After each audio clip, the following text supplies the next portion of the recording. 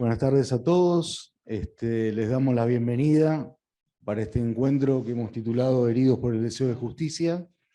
Les doy la bienvenida a todos los que están acá presentes, a los que están conectados.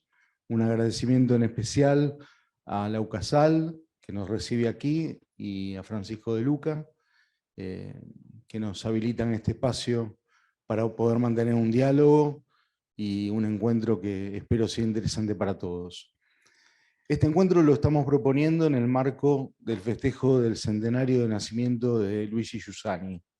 Para quienes no lo conocen, fue un sacerdote católico italiano, nacido en 1922, fallecido en 2005, que siendo un joven sacerdote abandonó una promisoria carrera teológica para dedicarse a la educación en la fe de los jóvenes y de los no tan jóvenes. A partir de su ímpetu de vida, de su experiencia de fe, nació una realidad eclesial, que es el movimiento de comunión y liberación, que está presente en muchísimos países del mundo. Quizás a priori puede parecer forzado hablar de justicia vinculándolo a un sacerdote católico. Sin embargo, espero que al final del encuentro podamos entender la profunda conexión que hay entre la experiencia de este hombre que dio vida a tanta gente y el deseo de justicia que anida en el corazón humano. Así que sin más introducción, queremos compartir un pequeño video para presentarlo a Luigi Giussani y después tendremos el diálogo con nuestros panelistas. Gracias.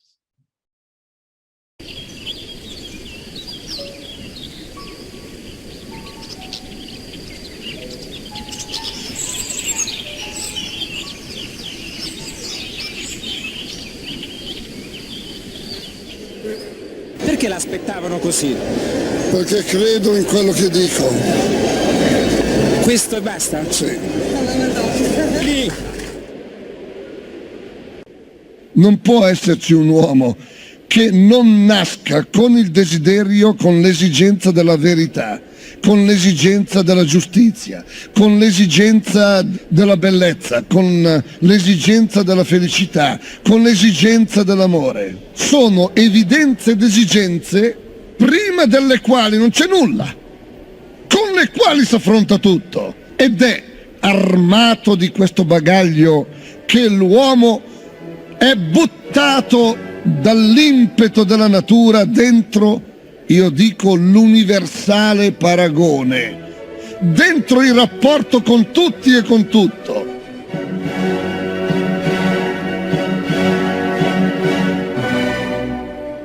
È l'esperienza elementare, questo complesso di evidenze e di esigenze originali. La emoción más bella y profunda que podemos percibir es el sentido del misterio. Ahí está el germen de todo arte y de toda ciencia verdadera. L'ultima possibilità della ragione è affermare che la spiegazione esauriente c'è, ma è al di là della sua capacità di comprendere.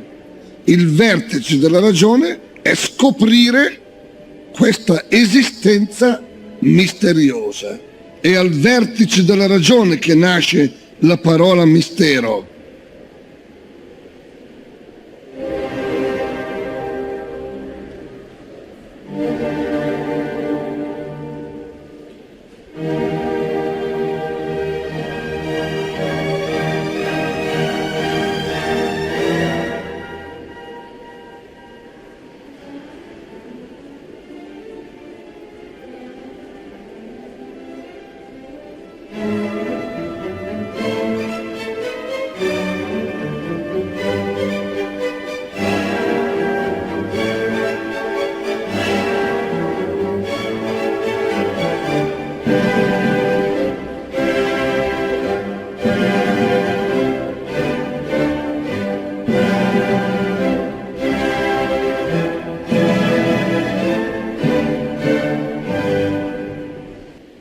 Io auguro a me ed a voi di non stare mai tranquilli, mai più tranquilli.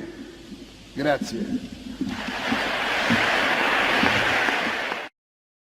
hablar de justicia en un país dominado por la desigualdad, la corrupción, con un poder judicial cuestionado por muchos, donde abundan figuras como la puerta giratoria o la clase privilegiada que no paga impuestos a las ganancias.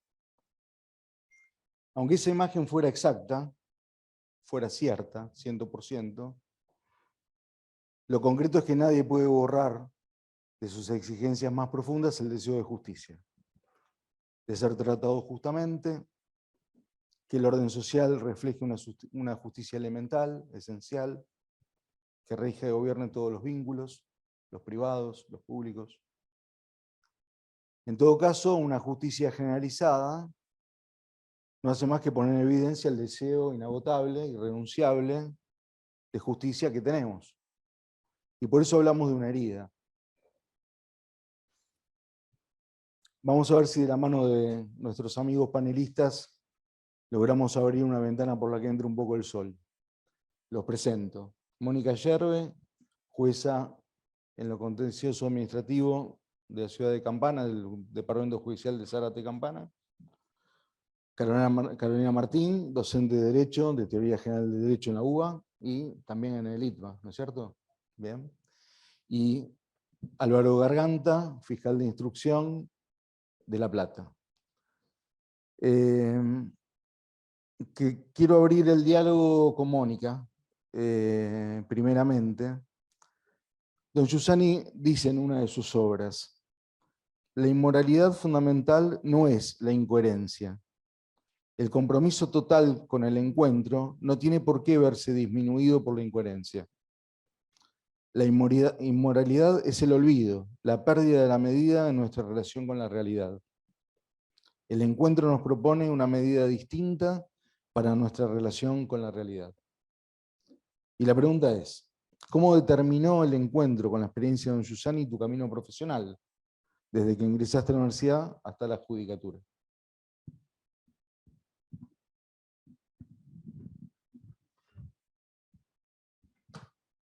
Buenas noches. Bueno, yo decidí abrazar la carrera de Derecho porque tenía hace muchos años un gran anhelo de justicia.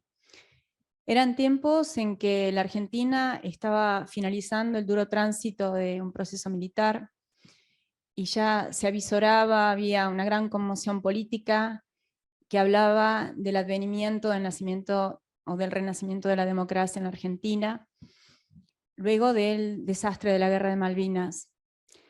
En ese contexto ingresé en la carrera de Derecho, era bastante idealista, venía de una hermosa experiencia, fuertes experiencias en la Iglesia Católica, y en el final de la carrera, junto con algunos amigos, tuvimos un encuentro con un sacerdote italiano, se llamaba Francisco Ricci. Él nos habló por primera vez de otro sacerdote católico italiano y de su pensamiento, era Luigi Giussani. Yo lo desconocía hasta ese momento. Ese encuentro fue un hito que marcó una revolución en mi vida. Me impactaron conocer a Giussani y el pueblo nacido del carisma de su persona, Comunión y Liberación, que me llamaba, en primer lugar, a tomarme en serio mi propia humanidad, abandonar ciertos conceptos moralistas que yo tenía impregnado para mí y respecto del mundo, y que me invitaba a hacer un recorrido de un uso muy abierto de la razón. Me impactaba muchísimo la pasión por el ser humano que se notaba en don Giussani. Bueno, así comencé mi vida profesional, me casé, tuve 4 hijos, ejercí la profesión durante 19 años, y un día un amigo me instó a rendir para ser jueza en la provincia, cosa que hice, y hace 15 años soy jueza en la provincia en contencioso administrativo y subrogo un juzgado civil. En este tiempo me ha tocado experimentar en concreto qué cosa significa esto de la definición de la facultad de que justicia es dar a cada uno lo que le corresponde. Así que en este rato que tenemos me interesaría contarles, compartir con ustedes algunos aspectos de este sacerdote, de Giussani, que han determinado mi vida personal y profesional. El primer punto que quería tocar es que la realidad esconde una positividad última. La primera huella que he visto nacer en mí, a partir del encuentro con Don Giussani, es la certeza de que mi vida tiene un sentido, de que mi vida tiene un destino, que no soy una hoja librada al azar de las circunstancias, que soy hecha, que en este instante soy hecha. Y esto también con una implicancia sobre la realidad. La realidad también es hecha, y la realidad esconde una positividad última, es cósmica, es bella. Esto ha sido importante para mi profesión, porque con Giussani he aprendido que la circunstancia que se me pone por delante me invita a un diálogo franco con la realidad. Es una invitación a descubrir qué cosa nueva hay para mi vida. Y esto es interesante cuando uno tiene que resolver un conflicto, avisorando que siempre puede haber algo bueno en medio de ese conflicto, y que se puede arribar a una solución al menos lo más asequible posible. La segunda cosa que ha sido también para mí determinante es una nueva manera de razonar. Con Giussani he aprendido que un uso adecuado de la razón implica mirar la realidad de acuerdo a la totalidad de los factores. Y también, como escuchábamos recién en el video, ¿no? Todos los factores incluidos ese quid último, ese misterio, esa apertura a lo absoluto, inasequible, ese límite que para el concepto racionalista es imposible de concebir. Pero a mí esta manera de razonar me ha ayudado, en primer lugar, a abrirme a la realidad, y en segundo lugar, evitar siempre el prejuicio. Pienso en tantas veces que ante un caso concreto que tengo para resolver, muchas veces parto de una idea inicial de cómo resolverlo, y después cuando me dejo interpelar por todos los factores en juego, por lo que las partes se están poniendo delante de mis ojos, me veo desplazada hacia una solución diversa, sin estar aferrado a una idea previa. Y esto me ha permitido escapar muchas veces de la jaula dura que significan los planteamientos ideológicos, muchas veces presentes, bueno, en nuestra sociedad y en el mundo jurídico. Esta posición ha sido particularmente importante para mí en los últimos años, que ha habido una explosión, digamos, de nuevas leyes en el mundo occidental en general, y en particular en la Argentina, a partir del año 2010, con la consagración de tantas leyes que intentaban dar respuestas distintas a la problemática actual.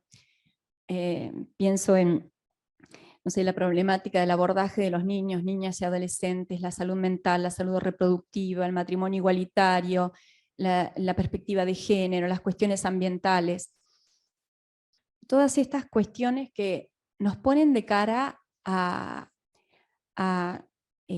un nuevo, un cambio de paradigma, ¿no? Un cambio de época, como tantas veces dice el Papa. Y allí donde muchos celebraban digamos, el advenimiento de todas estas nuevas leyes, y otros renegaban de estas nuevas leyes, mirándolas con mucha desconfianza, a mí participar de esta experiencia me ha permitido mirar el corazón del hombre, ¿no? Descubrir el grito que esconde tanta sed de significado a través de este clamor que se expresa en tantas leyes. La otra cuestión que veía en mí una implicancia muy, muy fuerte ha sido este concepto que tantas veces repitió don Giussani: más sociedad, menos Estado. Esto que en definitiva es una fórmula sintética de aquello que muchos documentos han plasmado como la subsidiariedad del Estado, ¿no? Es interesante porque no por una concepción negativa del Estado, ni una cuestión peyorativa del Estado. A mí me toca, precisamente por el fuero contencioso administrativo en el que estoy, intervenir en muchos conflictos de particulares contra el Estado. Y me veo en esta disyuntiva, pensar en la primacía de la persona. El Estado, el valor y el horizonte último del Estado no es otro que favorecer las iniciativas de este ser humano para que llegue al destino para el que está llamado, ¿no? Favoreciendo la creatividad de las bases, favoreciendo las iniciativas, alentando, promoviendo, y luego en aquellos lugares en que el hombre solo o asociado no puede lograr, sí el Estado tiene que llevar adelante algún accionar. Y esto en concreto es un pensamiento, es una perspectiva que a mí me ha ayudado en muchas de mis decisiones, ¿no? Ante indebidas intervenciones del Estado en asociaciones que a veces esconden cuestiones meramente políticas, ante contribuyentes que solo o asociados ven sobre ellos una pesada carga tributaria que a veces es desmedida o ahoga una actividad lícita y libre, ante personas vulnerables que demandan al Estado una respuesta por una denegatoria de prestaciones médicas por cuestiones simplemente burocráticas, ¿no? Este es un concepto que cala hondo en la realidad concreta de todos los días. Luego, una tercera cosa es este concepto que también hemos visto en el video, ¿no? Esta definición tan fuerte de don Giussani de que el hombre está definido, determinado por estas exigencias de felicidad, de justicia, de belleza. En los últimos años, en esta tarea jurisdiccional, experimento muchísimas veces la impotencia de las leyes y de las sentencias para dar acabada respuesta a este sed de justicia. Pienso en, no sé, tantas cuestiones que a veces en las que me toca intervenir, ¿no? Madres que claman por la muerte de sus hijos, por un Estado ineficiente, ante un eventual agente policial mal entrenado, o por las consecuencias dañosas de prestaciones médicas mal llevadas a cabo en nosocomios públicos. Pero pienso también en las difíciles cuestiones familiares, atravesadas por un nivel de violencia y de conflictividad pocas veces visto. Y una sentencia muchas veces que determina una restricción de acercamiento de los niños respecto de un padre o una madre. Cuánto dolor, cuánto clamor. Qué difícil es que una sentencia determine una acabada respuesta, implique una acabada respuesta a esa sed de justicia, de esa madre, de ese padre, de esa familia, de ese ofendido, de ese dañado. Ante estas situaciones, digo, ¿qué límite, no? ¿Qué límite es esto de la justicia humana? ¿Qué límite tiene la función judicial? Y sin embargo, esta constatación, lejos de generar en mí una suerte de nihilismo o de escepticismo, ¿no? tan impregnado, muchos de nosotros, como dice Horacio, ¿no? Pensaremos, bueno, en definitiva la justicia no sirve para nada. En mí genera, sinceramente digo, cada vez más un estupor. Pienso, qué grande que es el ser humano, ¿no? Qué enorme, cuán cierto era todo lo que nos decía don Giussani, que esta exigencia de justicia, por un lado, es inextirpable, está grabada a fuego en nuestro corazón, está arraigada, al punto tal que me pueden meter entre cuatro paredes, pero este deseo de justicia, de libertad, de felicidad, no me lo pueden arrancar del corazón nadie. Y también es inagotable, porque nada en este mundo lo puede saciar. Entonces, bueno, ¿qué le cabe hacer a la justicia tan vapuleada? Como decía, entonces no hacemos nada. No, esa sensación de impotencia en mí genera una humildad, en primer lugar. Luego de procurar mirar todos los factores, procurar precisamente caminos de solución, de justicia, que son aquellos que parten también de todo el bagaje cultural de la tradición jurídica que ha buscado y sigue buscando soluciones de justicia para el hombre y mujer concreto, con la conflictividad del mundo de hoy, no para un hombre ideal. Y yo creo que solo desde acá, de una conciencia así, pueden hacer una libertad, nosotros, los operadores del derecho, a mí particularmente digo, una posibilidad de vencer el miedo y explorar nuevos caminos de solución, nuevas alternativas. Y finalmente, luego de haber recorrido un poco las cosas que me han determinado más de don Giussani, también quería compartir con ustedes algo que ha sido un gran impacto para mí, que han sido expresiones de un hecho cultural nacido del corazón del movimiento de comunión y liberación, del carisma de don Giussani, y me estoy refiriendo al meeting de Rimini. Ahí vimos que, en el video vimos que don Giussani estaba en uno de los meetings. Se hace todos los años en una ciudad de Italia. Y es un lugar donde simplemente se abordan todas cuestiones de actualidad con una perspectiva siempre desafiante. En el 2016 pude participar del meeting, cuyo lema era en ese momento: el otro es un bien para mí. Me desafió muchísimo ya solamente escuchar esa frase y todo lo que vi dentro de ese meeting, ¿no? Porque digo, qué perspectiva distinta, qué recorrido hacer, porque el otro es un bien para mí, el enemigo, el que piensa distinto, el que está en las antípodas de lo que yo creo, es un bien para mí. Y esto para mí, en este cambio de época, me pareció que apunta al corazón de una posibilidad, en un mundo pluricultural como este en el que estamos viviendo, esta experiencia, ¿no?, que se nos propone.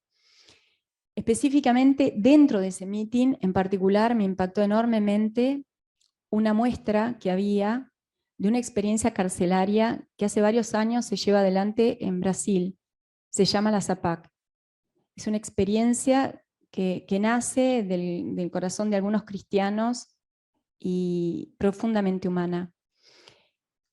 Se puede sintetizar esa experiencia en el letrero, ¿no?, que reza en la entrada de estos establecimientos, y dicen: aquí entra el hombre, afuera queda el delito. Qué frase revolucionaria, ¿no?, e indicativa, paradigmática de todo lo que se vive ahí adentro. Es una mirada de la persona que está presa y una mirada de la realidad carcelaria absolutamente revolucionaria. Nadie, ninguna persona es el delito que cometió. Ninguna persona es el error en el que cayó. Y esto, que parecería ser algo que debería ser casi obvio para nosotros, este concepto de una realidad carcelaria destinada en forma positiva a la rehabilitación, de hecho está en nuestras constituciones liberales, está específicamente en nuestra constitución plasmado. Eso puede quedar en letra muerta, y de hecho queda muchas veces en letra muerta. En muchos de nosotros, en mí en particular. Me impactó muchísimo, porque digo, cuántas veces, aún sin hablar de la realidad carcelaria, yo me reduzco al error que yo cometí y al otro al error que cometió. Y esto ha tenido una implicancia concreta, o sea, lo mío no es el fuero penal, como les comenté, pero en mi juzgado tramitan muchos hechos de homicidios en cárceles y de personas en situación de encierro, que demandan al Estado, los familiares demandan al Estado por una falta de seguridad en esos establecimientos. Yo, a partir de haber vivido esto, no pude nunca más abordar estos casos, mirar a los familiares de estas personas de la misma manera, porque tenía en mi corazón y en la retina de mis ojos eso que había visto. Y bueno, finalmente, agradecer a Dios por haberme hecho encontrar a don Giussani y al pueblo nacido de su carisma, cuando estaba comenzando mi desarrollo profesional. Porque en su compañía, aquello que había sido una débil intuición que me llevó a subir las escalinatas de la UBA hace tantos años, lejos de haber sido mermada o verse defraudada, para mí se ha potenciado de una manera absoluta.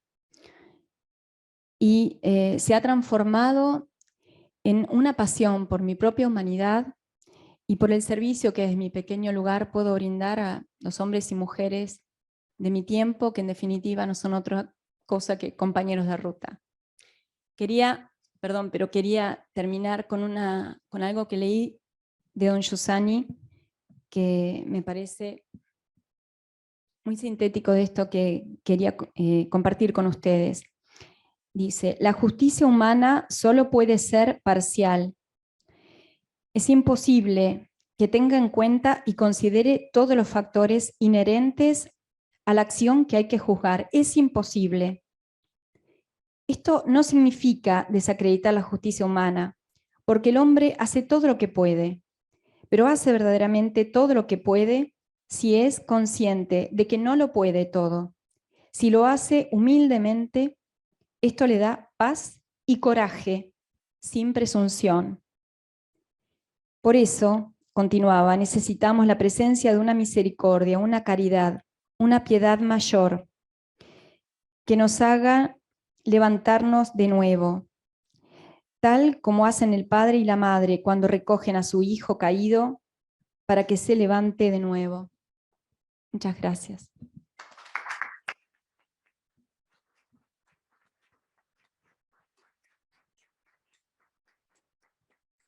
Gracias, Mónica.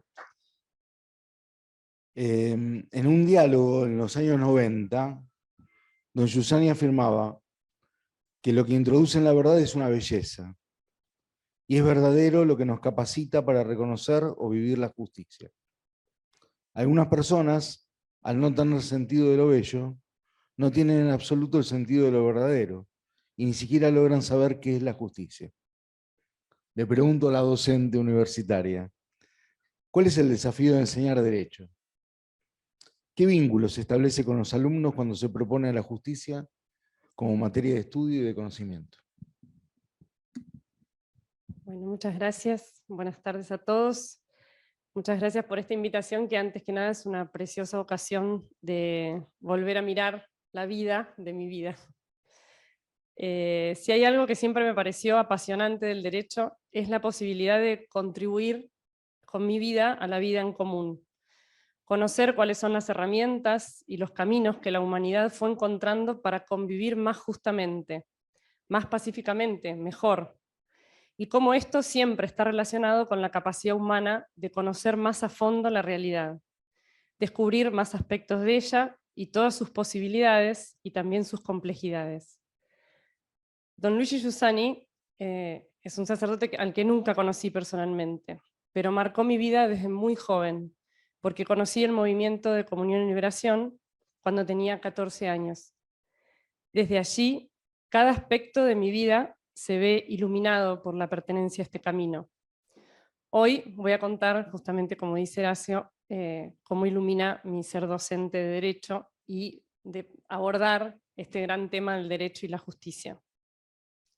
Comienzo con una cita suya que tengo grabada realmente a fuego en el corazón, desde que hacía mi semanal Escuela de Comunidad en la Universidad de El Salvador, donde estudié.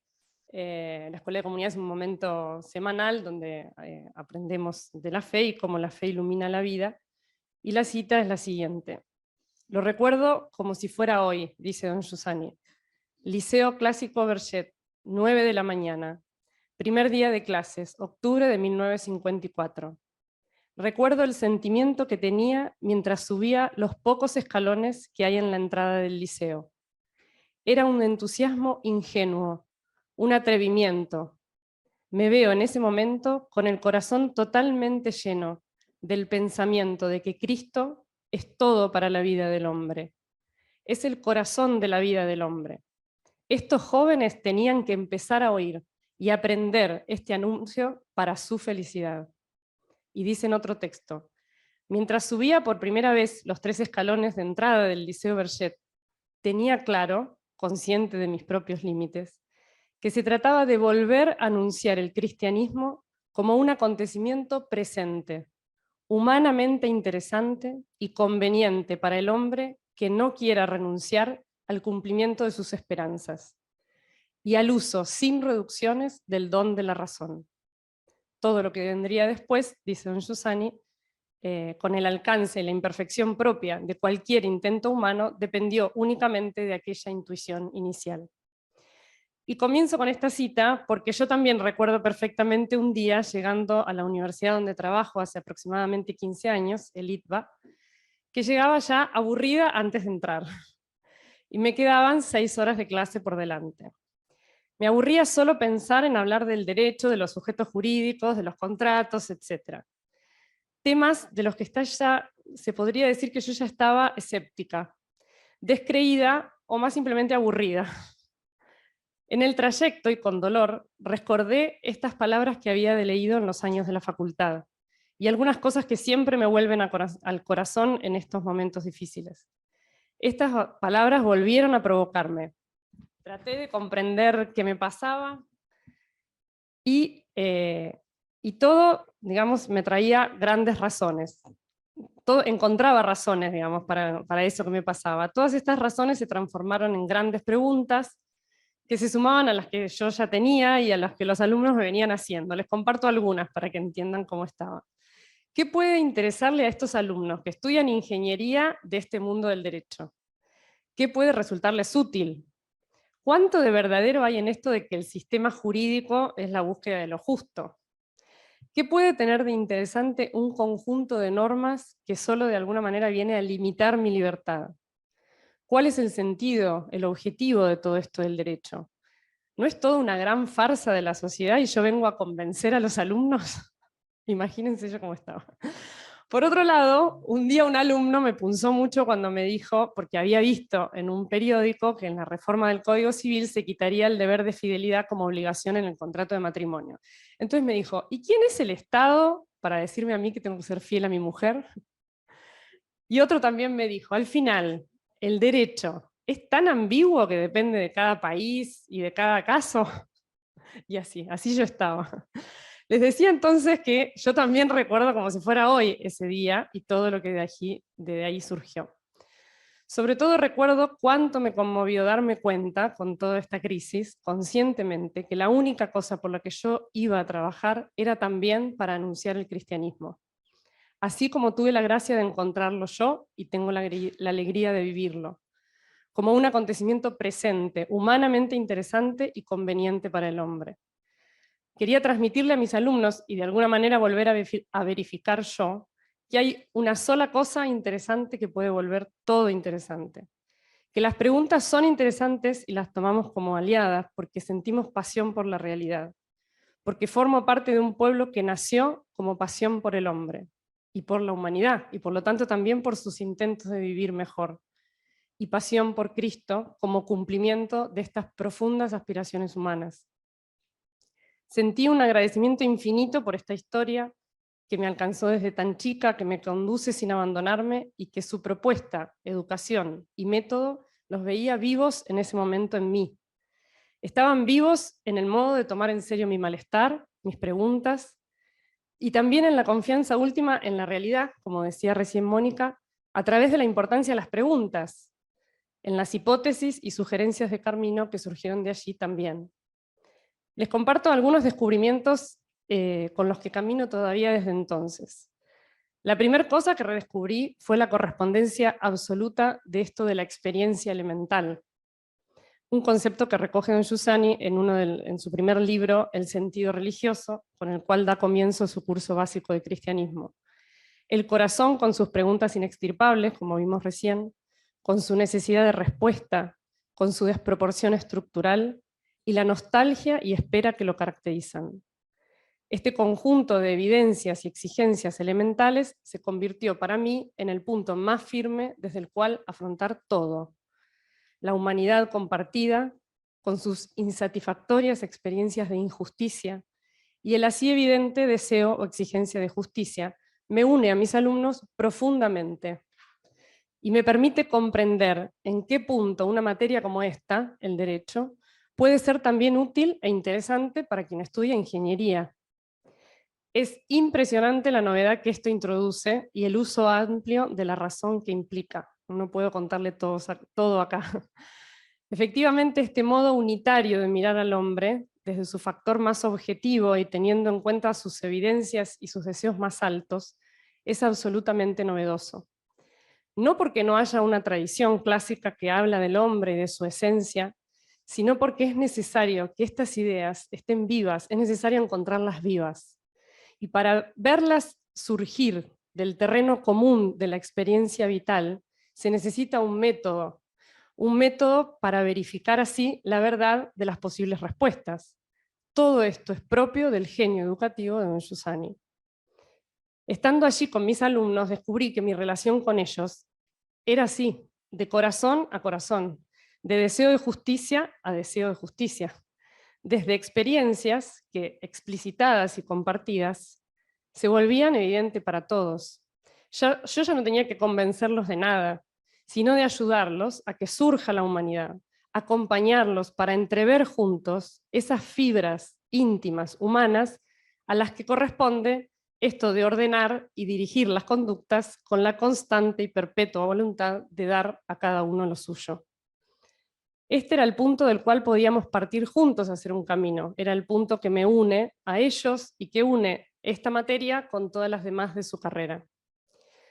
Mi camino con todo esto tomó un rumbo inesperado, me gustaba siempre más indagar estas cosas, leer, escuchar sobre estos temas.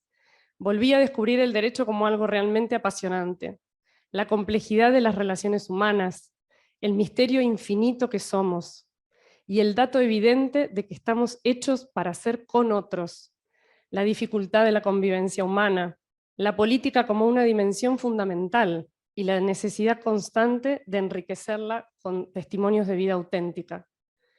En esta búsqueda encontré un texto escrito por varios amigos del movimiento italianos que recoge una conversación muy rica que se llama justamente Experiencia Elemental y Derecho.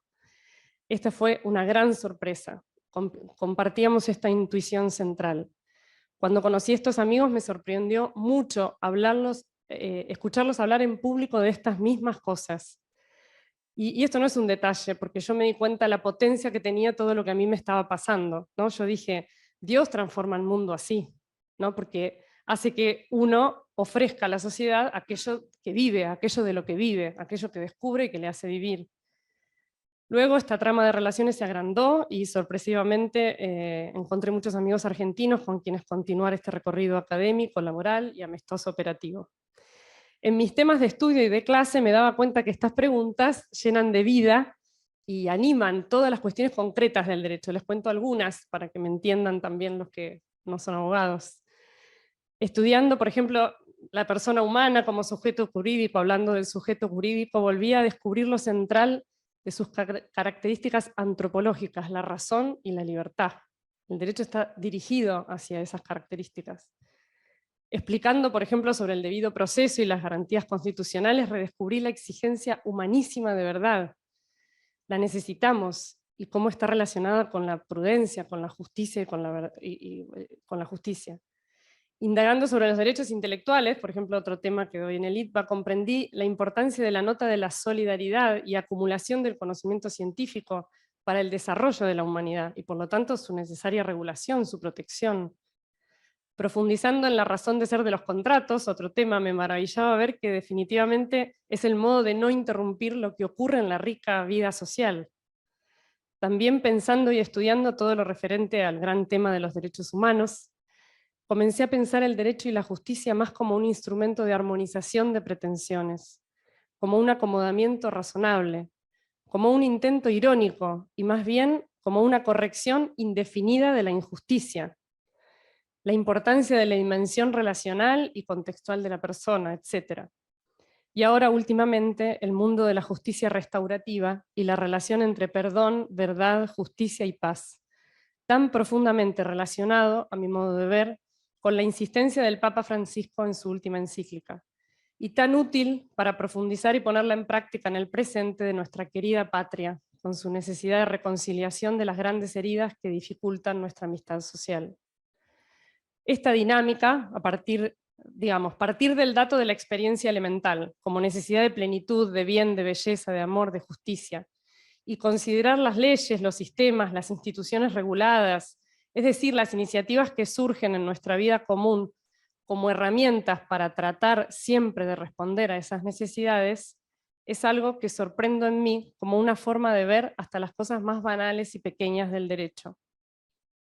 Me llena de entusiasmo ver que esta mirada a la experiencia humana común es una contribución muy importante para abordar algunos de los problemas jurídicos de nuestro tiempo. Por ejemplo, volviendo al campo de los derechos humanos, sigue existiendo un gran debate entre quienes argumentan que son algo universal, que pertenecen a todos los hombres sin distinción, y quienes dicen que son manifestaciones culturales. Yo me encuentro con la certeza absoluta de que no hay ningún contraste entre estas dos cosas, entre la diversidad de culturas y la universalidad de ciertos valores, que no son ni más ni menos que la expresión de nuestras grandes exigencias humanas, y por lo tanto son el norte y el deseo de todos los hombres. Un punto de partida más que interesante que ayuda en este campo y en el de los nuevos derechos también, y en los derechos y deberes de siempre. Otro punto que encuentro que es una revolución es esto de que la verdad se hace transparente en la experiencia, o que el camino a la verdad es una experiencia. Y aquí es donde podemos asomarnos a comprender por qué tendría que ver anunciar el cristianismo con profundizar y dar clases de derecho. En mi experiencia, esta forma de usar la razón implica afirmar la realidad como positiva. Como nos decía también Mónica, ¿no? Sostiene la posibilidad de encontrar y de reconocer en la realidad lo verdadero, lo justo. ¿Y a qué se debe esta positividad, esta confianza última en la realidad? Dice don Giussani que la fe es un camino de conocimiento, ensancha la razón. Y la fe nos dice que la realidad está habitada. Dice que el Verbo se hizo carne, Dios se hizo hombre. Esto significa también que la justicia se hizo carne. Y por tanto que podemos encontrarla en la experiencia concreta de personas viviendo en acción. Que Cristo ha vencido, que ha resucitado, significa que el sentido de mi vida y el sentido del mundo está ya presente, y que el tiempo es solo la obra profunda y misteriosa de su manifestación. Dice don Giussani esta frase anterior, y yo digo, con la que nosotros podemos colaborar, con nuestra vida y nuestros descubrimientos, trabajos, sufrimientos, etc. Para cerrar, les cuento que también yo, como si fuera hoy, recuerdo que me fui aquella vez de la universidad con un entusiasmo y un atrevimiento ingenuo, cierta de que el cristianismo es un acontecimiento presente, humanamente interesante y conveniente para el hombre que no quiera renunciar al cumplimiento de sus esperanzas y al uso sin reducciones del don de la razón. Cierro este testimonio agradecida de la potencia y riqueza que me da también en el trabajo pertenecer a esta historia suscitada por el Espíritu Santo en la persona de don Giussani hace aproximadamente 70 años, para que, como él mismo dijo, la Iglesia exista dentro de nuestros cuerpos y de nuestras almas, a través de la materialidad de nuestra existencia. Gracias.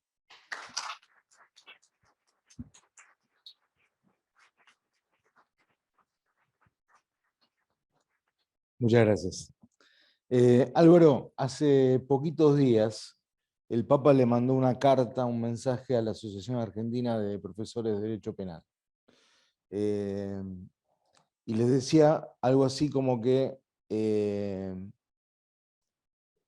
para que el sistema penal no resulte algo impersonal o cínico, hace falta que, además de gente preparada técnicamente en la materia penal, hace falta gente apasionada por la justicia.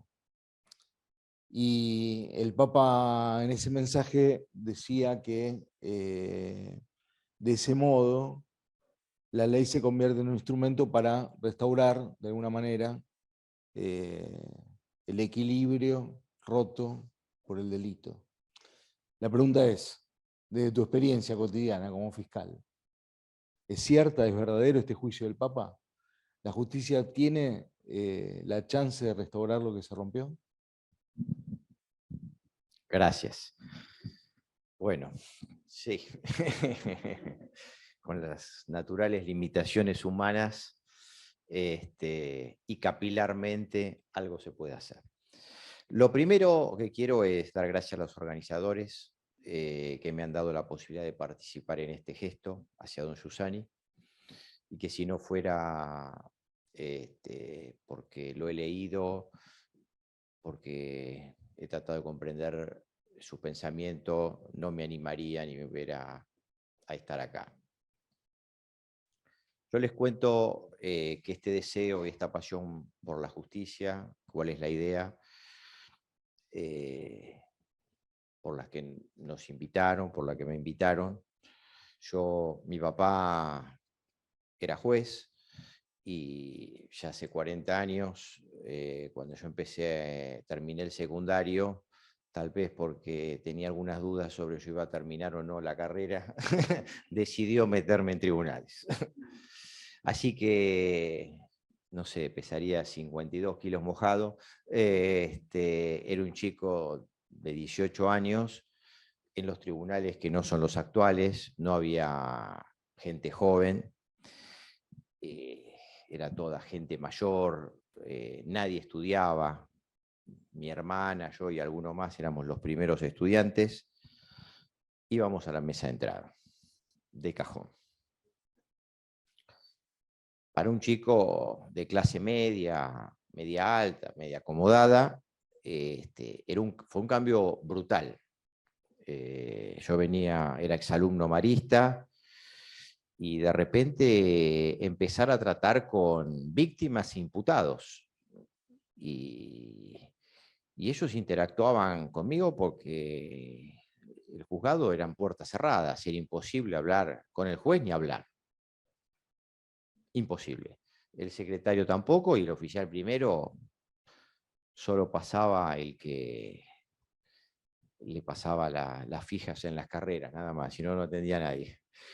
Así que, hablando con ellos, mi primera intuición fue que la línea que yo había conocido clásica entre los buenos y los malos era más difusa de lo que yo había aprendido en mi propia casa. Y nunca me voy a olvidar la impresión que me causó esas madres llorando por los presos y pidiendo y haciendo pasillo con largas esperas. Imagínense que para uno lo más, yo terminaba el secundario y lo peor que podía pasar en el colegio es que llamen a nuestros padres, lo que significaba la muerte, que nos convoquen en el colegio. Y yo veía esas madres que gratuitamente, con una misericordia infinita, no les importaba nada de sus hijos. Se peleaban y esperaban al juez, al secretario, a quien sea. Daban realmente envidia, sentía envidia de la sana y me cuestionaba. Yo pensaba, si a mí lo llegaban a citar a mi papá al colegio, me mataba. No digo si caía preso. Y estas mujeres, nada. Las escenas, en ese momento, los viejos suboficiales, yo iba de saco y corbata, en ese momento impensable, otro uniforme, otra manera de vestir. Tenía que juntar coraje porque la madre me decía, ¿lo puedo ver un ratito? Y yo le tenía que dar la orden, no lo lleve. Y el viejo suboficial se lo quería llevar. Y bueno, y las escenas de cariño me marcaron para toda la vida. En esa época, el homicidio culposo, eran los finales del gobierno militar. El homicidio culposo simple, ¿no? La figura grabada, el cheque sin fondo, que eran delitos menores, eran delitos detenibles. Con lo cual, mucha gente de clase media alta, caía detenido. Y le mandaban los abogados. No venía la familia. No les venía nadie a verlos. Estas cuestiones no solo me hacían interrogar sobre la justicia, sino sobre la misericordia, el perdón, la humanidad. La verdad es que me marcaron a fuego y esa gente que los tenía que atender yo. Yo había caído en una secretaría con gente muy vieja y recuerdo que me pedían hablar con uno, con otro, y esa necesidad de contar el problema me lo terminaban contando a mí, que no podía hacer nada, porque nosotros en los viejos libros registrábamos las cosas, pero los escuchaba y a ellos ya les servía. Era como que recuperaban su identidad, como que empezaban a ser personas, porque tenían esa necesidad. De ahí me hice el propósito de que si alguna vez me tocaba la función, iba a atender a todo el mundo. Y creo que, bueno, es lo único que he cumplido. Siempre atiendo a todo. Finalmente, mi padre se alivió porque me dieron el cargo de auxiliar letrado, como todos, y conocedor del sistema judicial, más una natural habilidad para entender su lógica, y más la clásica formación de la Universidad Nacional, me convertí en un operador del derecho calificado. Mónica se ríe porque yo le digo que no me gusta que me llamen operador, porque creo que es un término empresario, y lamentablemente acá está lleno, en el sistema está lleno de operadores, y hoy los jueces y los fiscales en su mayoría son gerentes. Entonces, eso es parte de lo que ha hecho que desaparezca la justicia. Esto se ha transformado en una máquina de picar carne, es decir, y en la cual las más altas responsabilidades recaen en gerentes. Un gerente no es lo mismo que un empresario, que un creador en una empresa. Y viendo al tema que nos convoca, ya estando en la universidad, como pasa siempre en la universidad, el profesor titular me metió un profesor por la ventana en la cátedra que yo daba. Yo empecé dando Derecho Político, y esta persona pertenecía al Movimiento Comunión y Liberación. Yo no le daba ni 5 bolillas porque me había causado mucho mal humor, y además es una persona de muy mal carácter, a la que el movimiento se empeñaba en civilizarlo, pero no hubo caso, fracasó. Yo nada, y bueno, convivimos y nos hicimos bastante amigos, hasta que una vez él siempre me hablaba de las reuniones en el movimiento, y de acá, de allá, y cursos, conferencias en los 90, en esa época venía por el dólar 1 a 1, venía mucha gente de Italia, muchos italianos, y no sé cómo me comenta que había un artículo en una revista del movimiento, se llama 30 Giorni, que la dirigía Guido Andreotti, un expresidente de Italia, Giulio Andreotti, que estaba preso por la tangente, que era la coima, la diagonal, o el mano puliti, algo parecido. Digo, bueno, esto me interesa, epa. Este tipo es distinto.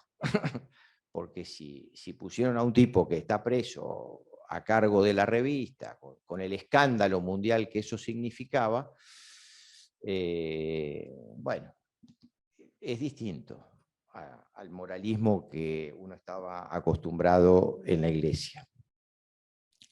A partir de ahí empecé a leer El sentido religioso, que me lo había regalado y yo no le había dado ni 5 de bolilla. Y lo primero que me llamó la atención, para decirlo en un modo académico, era la teoría del conocimiento, digamos. Como dijeron acá las colegas, Giussani enseñaba que las cosas son como aparecen en la realidad, y cuanto más nos involucramos con ellas y todos sus factores, mejor las conocemos. Y era una una postura absolutamente distinta metodológicamente al que usamos en la justicia, el método de la observación lejana. Giussani ahí ponía siempre el ejemplo de la madre, es la que nos prepara el desayuno, la que más conocemos y es con la que más estamos involucrados. Y la verdad es que me pareció de una lógica contundente. Es decir, era lo que me pasaba a mí en la mesa de entrada. Yo veía al pobre tipo que tenía una explicación para su situación, que nadie le daba bolilla, porque nadie se involucraba. ¿Puedo hablar con este? No, no lo puedo atender. ¿Está el juez? No, está ocupado. Y me contaban los problemas a mí, yo trataba de contárselo a los oficiales y nadie les daba bolilla. ¿Por qué? Nadie se quería involucrar. La lógica era de no involucrarse. Y Giussani desarrolla con de manera increíble, no voy a ni siquiera intentar hacerlo, esta idea que cuanto más nos involucramos, más conocemos los factores que componen la realidad y más razonable es nuestro juicio. Es decir, una imagen que tenía que ver con esas primeras apreciaciones, que era no una justicia vendada como se la presenta, sino comprometida, que era lo que yo había intuido en la mesa de entrada y que tanto le preocupaba a mi papá, que tenía... El sistema, el lenguaje de Giussani, sistemáticamente reducía a la gente. Como dijeron ellas,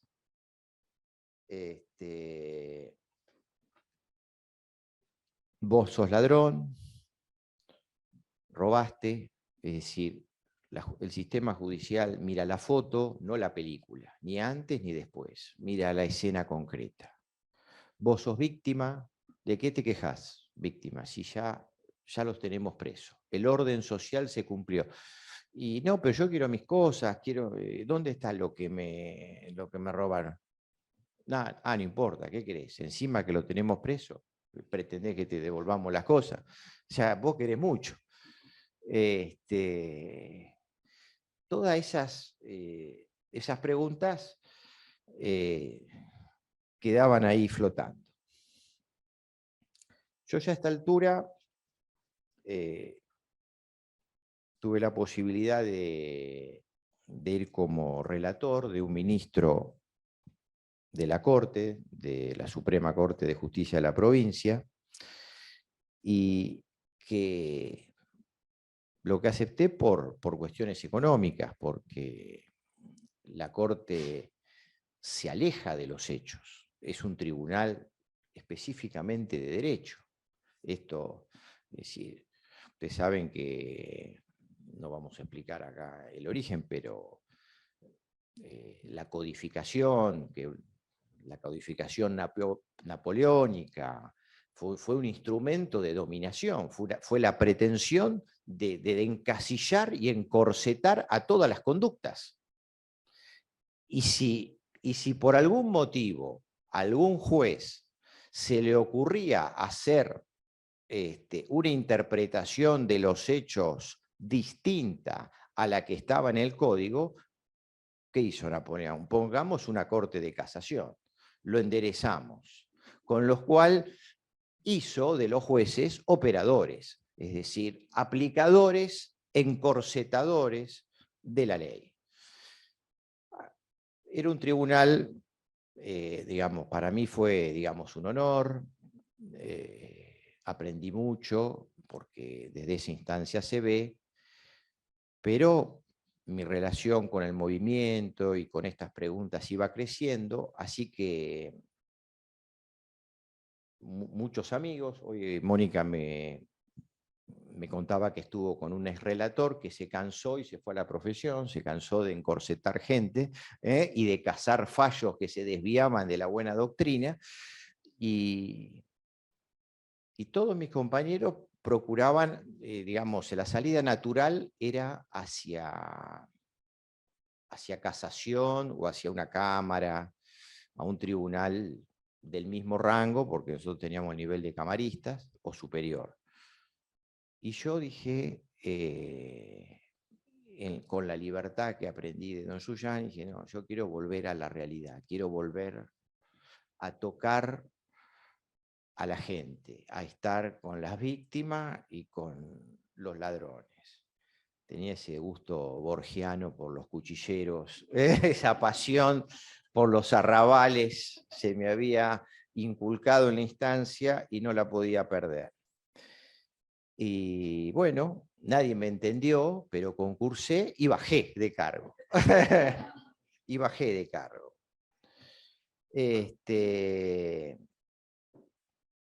No por estudiar el sentido religioso, sino por la convivencia con el misterio que algunos amigos me testimoniaron. Esta es la realidad. Especialmente leyendo también a don Julián Carrón, que me hizo muy accesible a don Giussani. Bueno, así decidí dejar las comodidades del poder y, como les dije, volver a mi primer amor. El contacto con la realidad y la verdadera miseria evangélica. Descubrí, viendo con las víctimas y los imputados, la desproporción estructural que tenemos como persona. Mi necesidad humana de una exigencia de significado, unida a la imposibilidad humana de colmarla, porque ante la miseria que ofrece el sistema penal, ustedes saben que el sistema penal es la mayor intervención del poder sobre las personas. Debería ser la última ratio, es decir, la gente está en carne viva, porque la gente no quiere saber nada, es gente que cae como paracaidistas. La gente no quiere saber nada con el sistema penal, como no quiere saber nada con los muertos, no quiere ni pasar por la vereda. Y es toda gente que de golpe, por un hijo, por un problema, por lo que sea, cae ahí, o es víctima porque le robaron, llegó de vacaciones y le robaron toda la casa, le robaron los ahorros de su vida. Entonces, es gente en carne viva. Y la experiencia es tremenda. Y bueno, gracias a Dios, que a mí no se me cauterizó la conciencia, o por lo menos eso trato. Y la verdad es que solo unido al misterio que la conmovió a la colega, es la única manera, que para mí es Cristo, es de poder estar parado frente a esa realidad tan difícil, tan difícil. Y yo he podido experimentar que uno en esa unión, junto a esa presencia misteriosa que puede cambiar nuestra humanidad, puede realmente, en la costra de la gente que tiene víctimas e imputados, porque todos sufren por igual al sistema. Todos sufren por igual. Uno puede verdaderamente abrir una luz de esperanza, uno puede hacer que haya chispazos divinos cuando se los comprende, cuando se les da una mirada de misericordia, cuando a veces con solo escucharlos, con que comprendan, con que lograr que sepan que son personas, que tienen una historia, que tienen una familia, que tienen un pasado.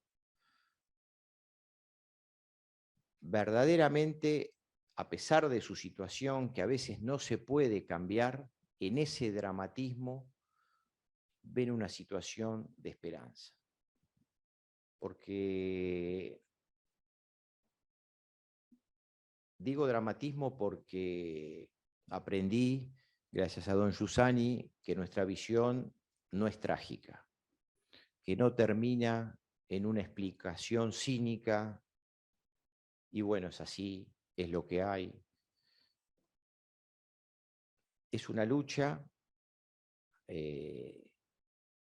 El título de esta charla es Heridos, porque cuanto uno más se compromete, la piel se le hace a uno más sensible y adquiere mayor compromiso, mayor sensibilidad, mayor percepción, porque en cada humanidad, sea de víctima o de imputados, uno empieza a ver un Mediterráneo.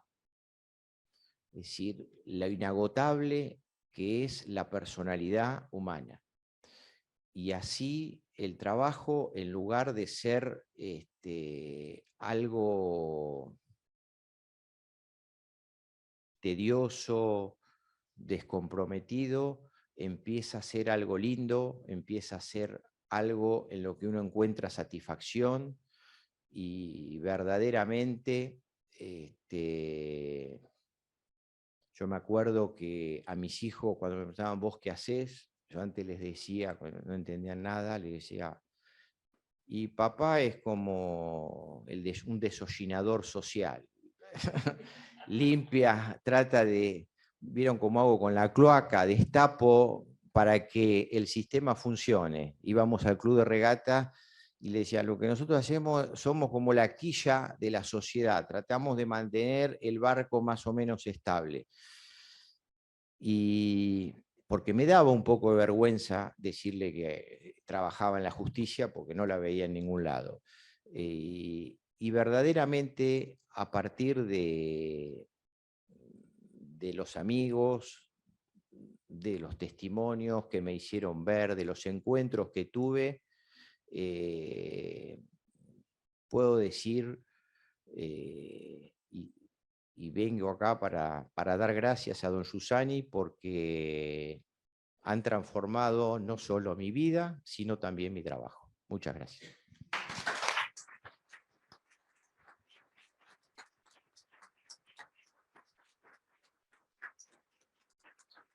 Muchas gracias. Bueno, ahora vamos a tener un momento especial dentro de lo que es el encuentro, porque vamos a escuchar un testimonio desde la cárcel, de alguien que está detenido. Recojo unas palabras de don Giussani, de 1993. Decía, el hombre, debido al pecado original, no es capaz de mantener la justicia plenamente, en la plenitud de sus exigencias. La ley es clara, pero el hombre es incapaz de sostenerla, de llevarla a término. Por eso hace falta una misericordia, una caridad. Este acto de misericordia es el acontecimiento con el Cristo que nos toma, con Cristo que hace que pertenezcamos a Él y nos cambia. El cambio consiste en esto, en que Él despierta en nosotros el deseo de seguirlo y de imitarlo. La relación con Cristo consiste en el deseo de cambiar. De hecho, el primer cambio consiste en el deseo de cambiar. No podemos ser morales sin que exista en nosotros al menos el deseo de cambiar.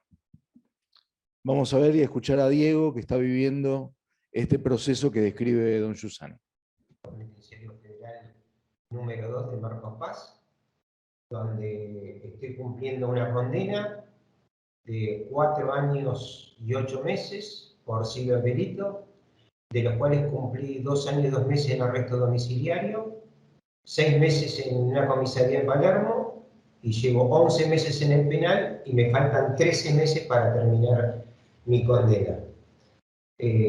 A partir de una curiosidad negativa entré en un mundo de penumbras. El mismo me llevó a naturalizar lo no natural. Arrepentido totalmente del hecho delictivo que cometí, pude entender mis acciones y comprender lo grave de mi delito. Hoy me encuentro, bueno, acá hago un paréntesis porque de la historia mía del movimiento, lo encontré a principios de los años 90, participé del club de jóvenes trabajadores, diferentes obras que hicimos con amigos en esa época, el Hilo Rojo Universitarios Argentinos, la Fundación Tertium Millennium, 30 días para América Latina, después la vida, me casé, tuve 3 hermosos hijos, Agustina, Santiago y Martina, luego estuve trabajando en Italia y en Costa de Marfil, volví a la Argentina en el 2011 para acompañar a mis hijos en la etapa universitaria, y a partir de ahí no estuve cerca del movimiento hasta que el 2019 me marcó este hecho, ¿no? Y ahí de la verdad desaparecieron todos, toda la gente, los amigotes, como decimos nosotros, y aparecieron los amigos en el cual encontraron lo mismo que yo encontré a los 23 años. Y a partir de ahí estuve 2 años en arresto domiciliario y hubo un hecho que cuando a mí me trasladan a la comisaría, que estuve 6 meses en un calabozo de 2 metros por 1,78 sin salir, mi hijo Santiago a los pocos días me lleva la biografía de Don Giussani y la liturgia de las horas.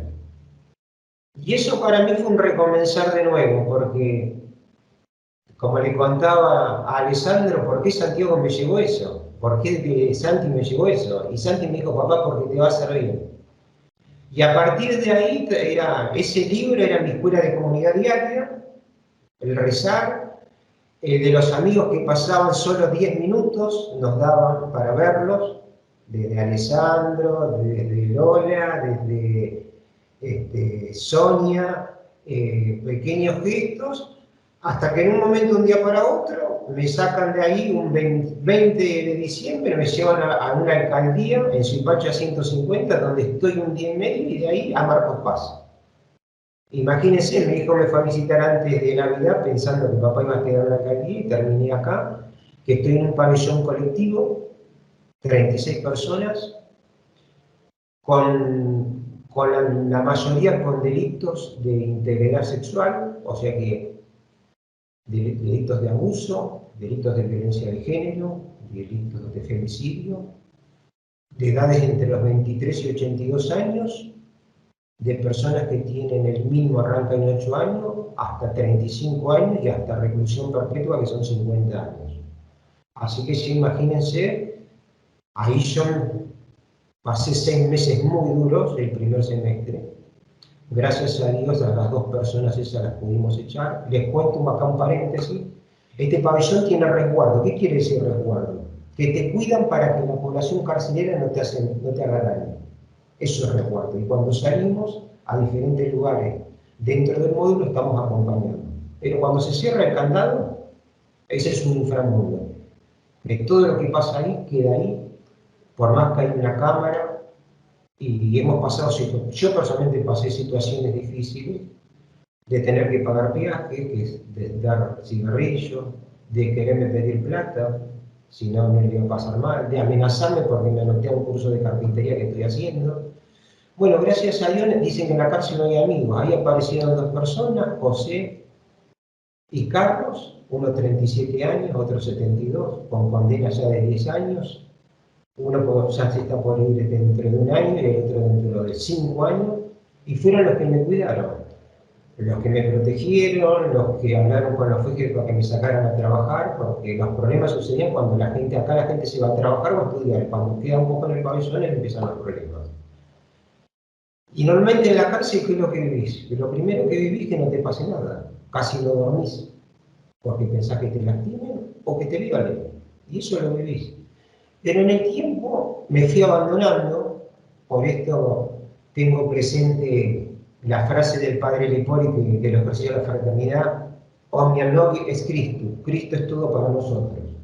Cristo es todo para mí.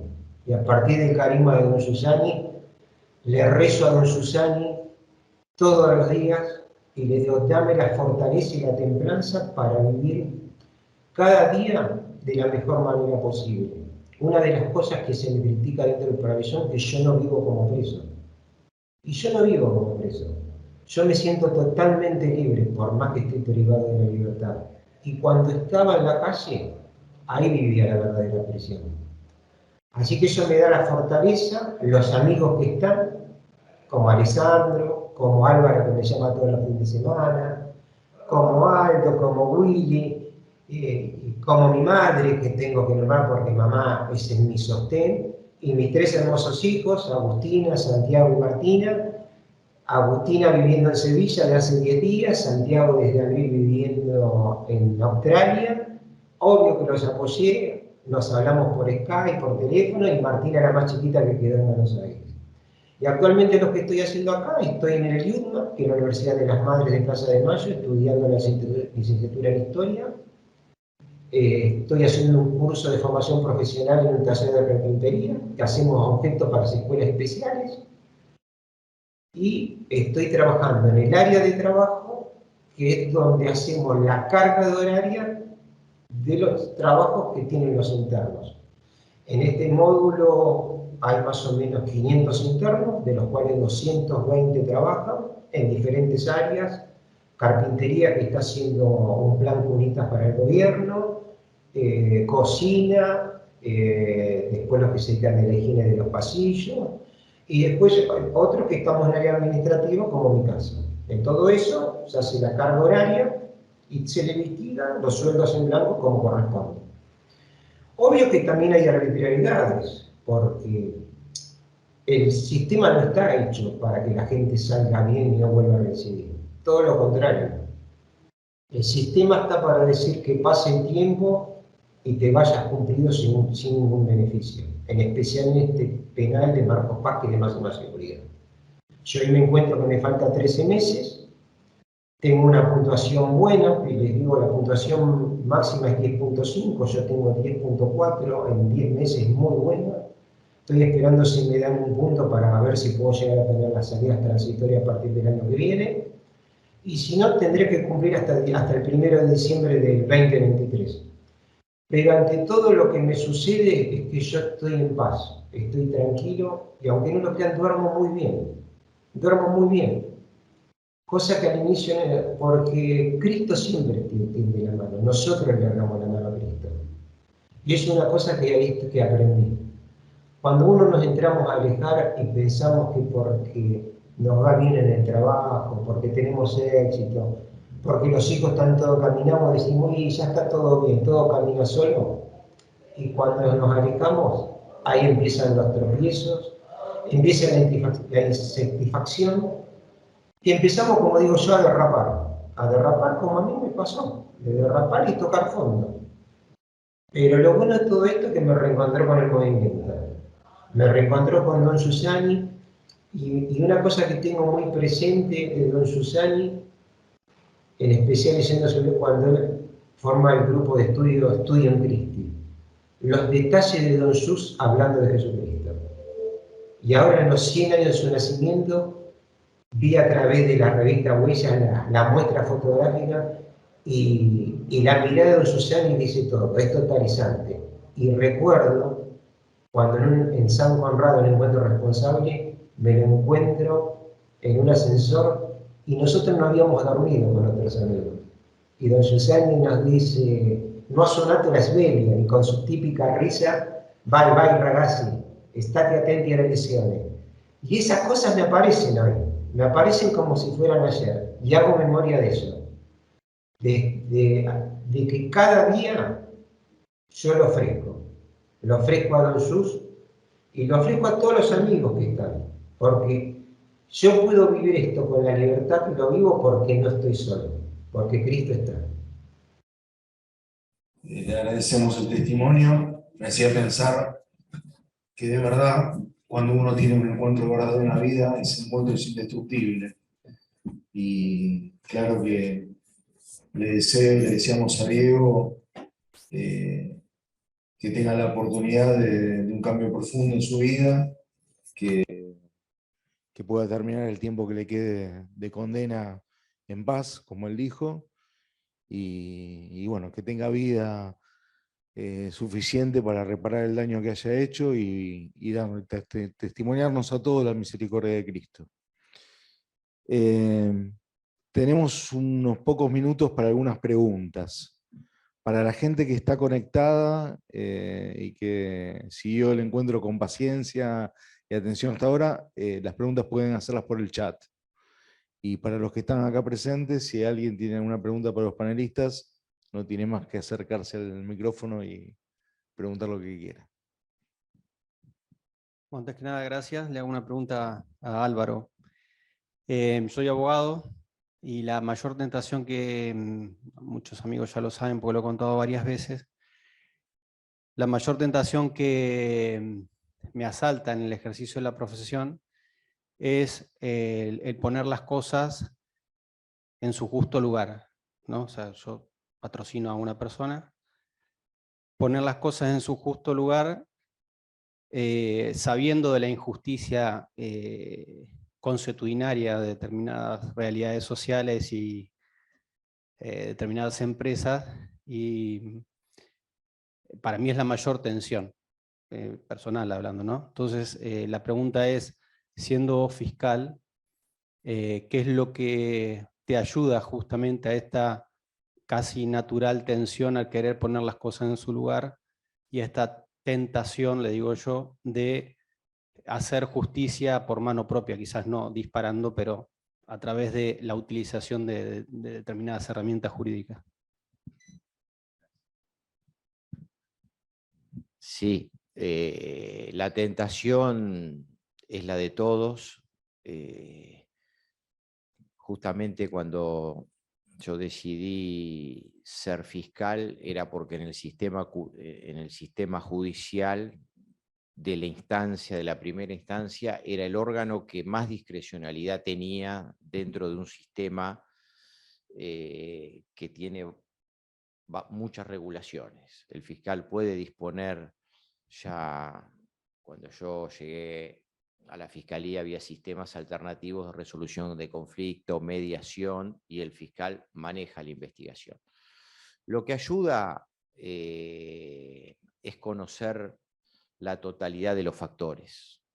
Es siempre el mismo método. Es decir, cuando uno tiene un caso, tiene que tratar de, dentro de lo humanamente posible, conocer todas las circunstancias.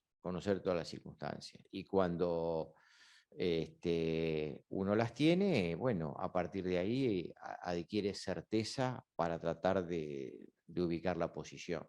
Siempre, cuando nosotros hacemos mediaciones, por ejemplo, en una defraudación, bueno, a mí me tocó, no me quiero extender para que pregunten, ¿no?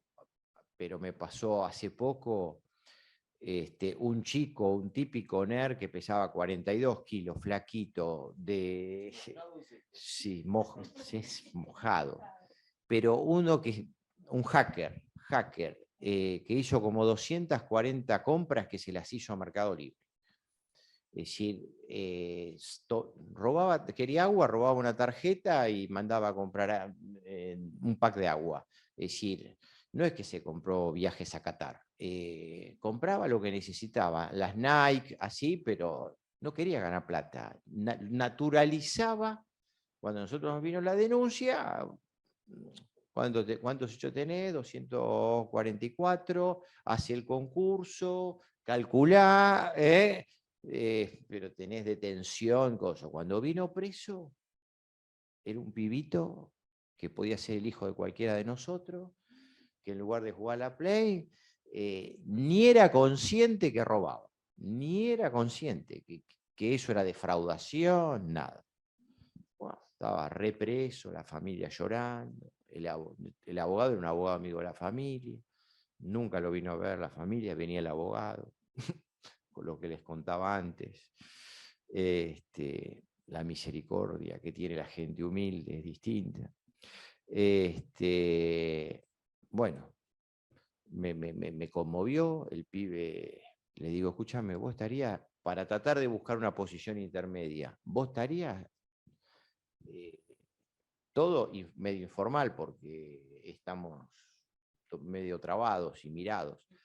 Sí, todo medio mal, como siempre. Le digo, ¿vos estarías dispuesto a colaborar? Porque yo puedo hablar con la gente de Mercado Libre y ver de capaz que cambiando, porque encima ahora para darle la libertad o cualquier cosa hay que notificar a la víctima, es todo un proceso. Entonces el abogado andaba atrás de una domiciliaria, le digo, pero escúchame, los de Mercado Libre querían la primer condena porque no habían tenido nunca una condena en este país y estaban re contentos con el éxito de la investigación y querían una condena, y querían una condena, y querían una condena, y tenían uno preso y querían quería que sea un ejemplo y todo, y a mí el tipo me daba una pena terrible.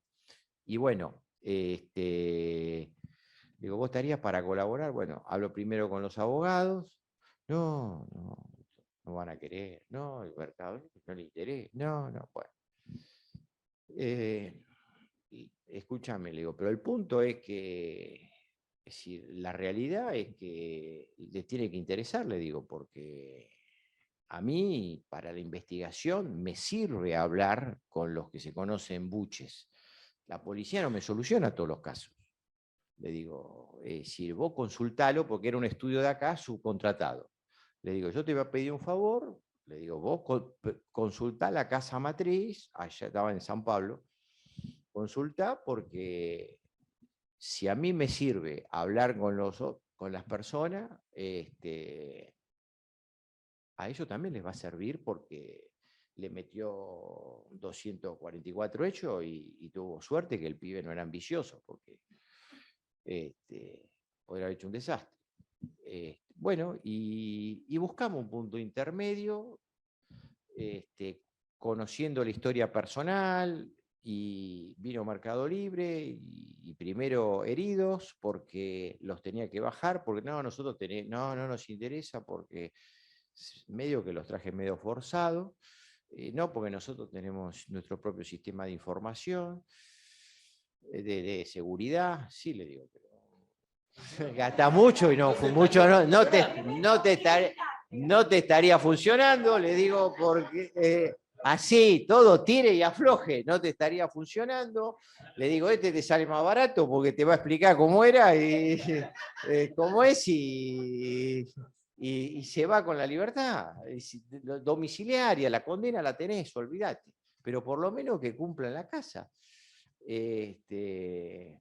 Y bueno, la encargada de seguridad medio que lo escuchó con soberbia, como diciendo, sí, yo ya me imagino, por los grupos de Telegram, compran las tarjetas. Bueno, le digo, vamos a escucharlo. Bueno, y al final se las explicó, y bueno, hicimos muy buena relación, y hasta le conseguimos, que no lo podían nombrar, pero como una suerte de pasantía. Es decir, pero exactamente, y se cumplió con la condena. Es decir, es que el tema es no quedarse con la foto, es ver toda la película, ir al fondo.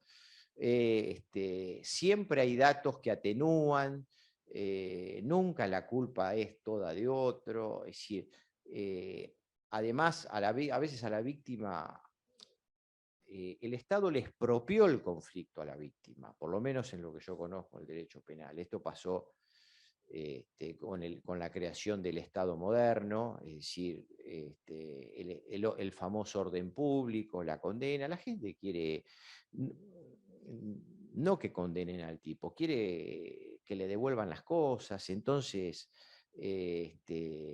los modos alternativos y las resoluciones son más fáciles. Hay que hacerle ver a la víctima la perspectiva. Es decir, yo tengo una frase que lo uso siempre,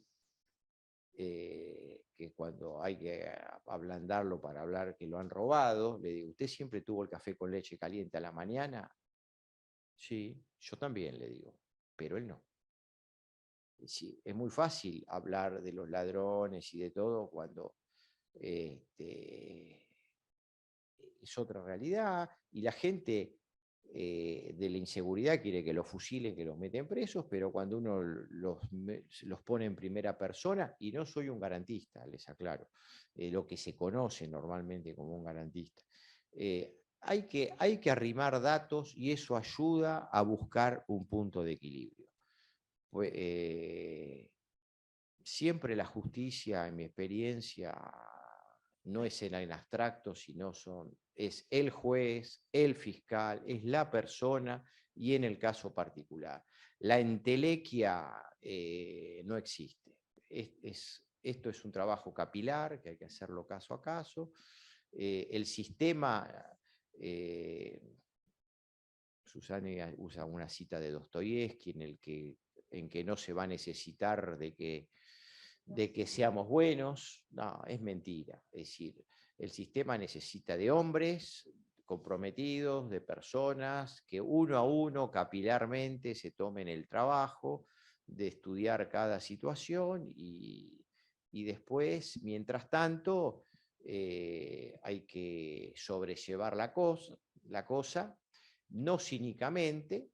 Esto se resolvió 5 siglos antes de Cristo. Todo el fundamento del sistema occidental está en el diálogo de Sócrates contado por Platón, es la muerte de Sócrates. Cuando lo condenan a Sócrates era una injusticia, y los discípulos le dicen, andate, rajate porque te van a matar y esto es una injusticia. Era una injusticia. Y Sócrates, ¿qué dice? Está bien, dice, sí, es una injusticia. Pero yo me voy a tomar la cicuta porque, aunque la ley sea injusta, hay que cumplirla porque se tiene que cumplir el ordenamiento jurídico. Y el ordenamiento jurídico se tiene que cumplir, aunque injusta la ley. A veces fallamos, pero este es el fundamento del sistema jurídico occidental. La revelación moral es aristotélica y después vino la revelación teológica, pero es el sistema que tenemos. Sí. Bueno, como ex profesor de Derecho Político, yo te quería preguntar qué relación hay entre justicia, verdad, y qué relación encontrás entre moral, justicia y verdad, sobre todo teniendo en cuenta la coyuntura política en la cual estamos viviendo, en la cual yo, siendo alumno de Derecho, quiero ser lo más objetivo posible sin caer en reducciones ideológicas, porque es evidente que vivimos en una coyuntura en la cual es importante poder mirarla y abordarla de manera holística para no tomar en ningún partido y poder mirar lo que nos quiere decir la realidad, ¿no? Porque tampoco es cuestión de ser idealistas de la manera que nos terminamos escapando de la realidad por encasillarnos en una u otra postura. Entonces, ¿qué relación hay entre la moral, la política y la transparencia institucional? Sí, sí. Sí, gracias Francisco. Esto daría para todo, es la respuesta clásica, para toda una jornada acá, como dice Carolina. Pero para no saltar el tema, me quedo en eso de la coyuntura. Entiendo que lo que vos querés decir es que el país está transido de severos problemas judiciales, de moral, de corrupción, y y hay una serie de juicios dando vuelta. Y en mi opinión, hay que desagregar muchas cosas, Estos juicios son naturalmente largos, en todo el mundo fueron naturalmente largos. Yo tuve oportunidad de estar en Europa, en España, y bueno, ahí en las provincias y llegan condenas después de los 10 años de corrupción, de casos locales, no tan importantes. Todos los casos de Manu Puliti, todos llegaron las condenas después de muchos años, porque hay todo un sistema de recursos, y eso hay que aislarlo y verlo objetivamente. Porque después la pelea política, la pelea agonal, también se utiliza y mezcla con la cuestión judicial las cosas, y a mí me parece que esto no es institucionalmente bueno, porque genera y da una idea de justicia que es un tanto complicada. Hay una idea general de que la justicia penal está en el ambiente, puede solucionar un montón de cosas, y la realidad es que la justicia penal viene cuando fracasaron un montón de sistemas. Como yo siempre le digo a las víctimas cuando vienen a insultarnos, digo, yo por los problemas de seguridad yo me presento en la calle y nos quieren matar. Es decir, nosotros venimos cuando ya está la persona muerta, por definición. El juez, es decir, la justicia de Comodoro Pi empieza a intervenir cuando ya se robaron todo. Es decir, no es preventiva. Es decir, existen la Auditoría General de la Nación, existen 1000 contratos, miles de sueldos, miles de sistemas para evitar eso que no funcionaron y se llega a eso. Y en esos miles de sistemas hay miles de cómplices de uno y de otro lado, por lo cual no es tan sencillo, porque en todos los casos de corrupción interviene la Auditoría General de la Nación, que están representados todos los partidos, y nadie dice nada. Así que yo creo que ese es el segundo aspecto que hay que desagregar. Y el tercer aspecto es que justamente no se puede reducir. Es lo que yo aprendí, y es la idea que creo que los tres hemos tratado de decir de una u otra manera, que no podemos reducir a ninguna persona. Que la grieta y todos estos problemas, siempre en la posición del otro podemos ver algo positivo. Tenemos que rescatar, no podemos reducir a las personas, ni reducir porque independientemente de la suerte de los juicios, independientemente de la discusión política, la sociedad necesita cerrar la grieta, y cuando se quiere hacer justicia con linchamientos mediáticos, yo creo que se agravan las cuestiones.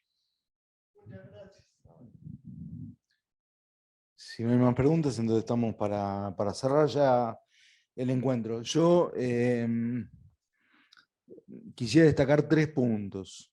El primero lo mencionó hace un ratito Álvaro, cuando recordaba esa famosa frase de que los hombres soñamos sistemas perfectos en los cuales nadie va a tener la necesidad de ser buenos. Y sin embargo está claro que, como comentaba Mónica al comienzo, refiriéndose a las APAC, que ahora empieza una experiencia piloto en la provincia de Santa Fe, estos lugares de detención que son un poco abiertos, ¿no es cierto? Ponen un poco la la confianza en la libertad de los detenidos, en no abandonar el lugar y mantener una cierta conducta. Pero también en muchos casos que ya conocemos, como es el caso de los espartanos, el grupo de jugadores de rugby que se formó en la cárcel en San Martín, o de tantas experiencias de estudio y de trabajo que hay, que existen desde hace mucho tiempo en las cárceles. Está claro que las experiencias exitosas se dan cuando se cuela la caridad, ¿no? Es decir, aún en una realidad dura, compleja y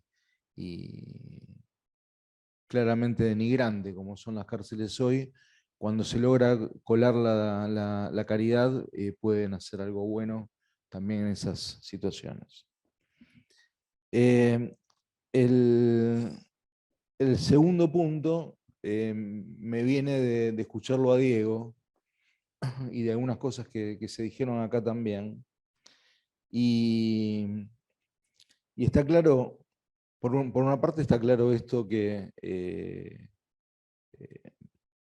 nos cuesta mantener una moralidad en la vida y en algunos casos podemos caer muy bajo.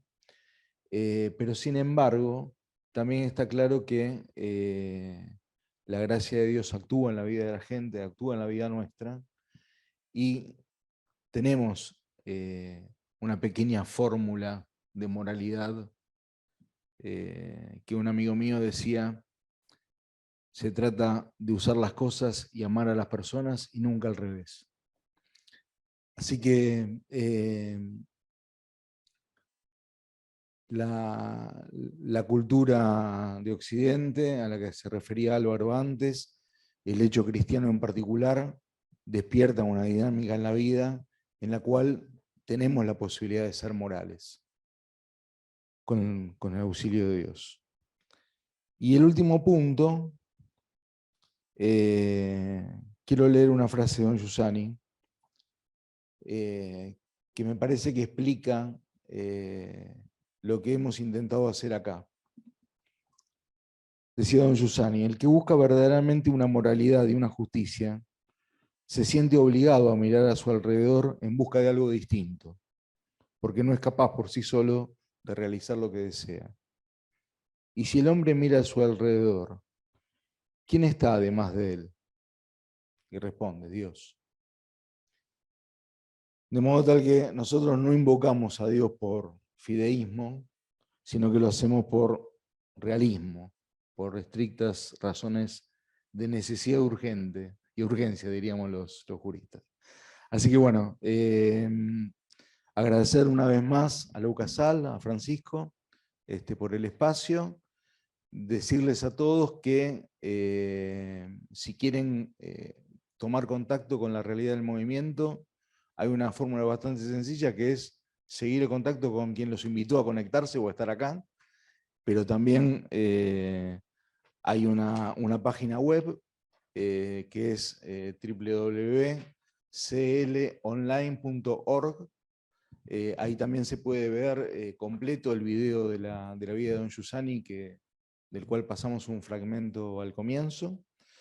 Y acá en Buenos Aires tenemos nuestros encuentros periódicos de escuela de comunidad, y la forma sencilla de contactarnos sería por ahí mandar un mail a la Secretaría del Movimiento. Acá está Graciela. ¿Dónde la había Graciela ya? ¿Nos recordás el mail nuestro de Buenos Aires?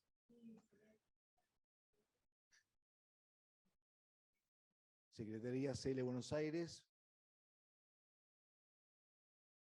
Así bueno, una vez más, gracias a todos por estar. A los que se conectaron, también les mandamos un abrazo de acá y muchas gracias.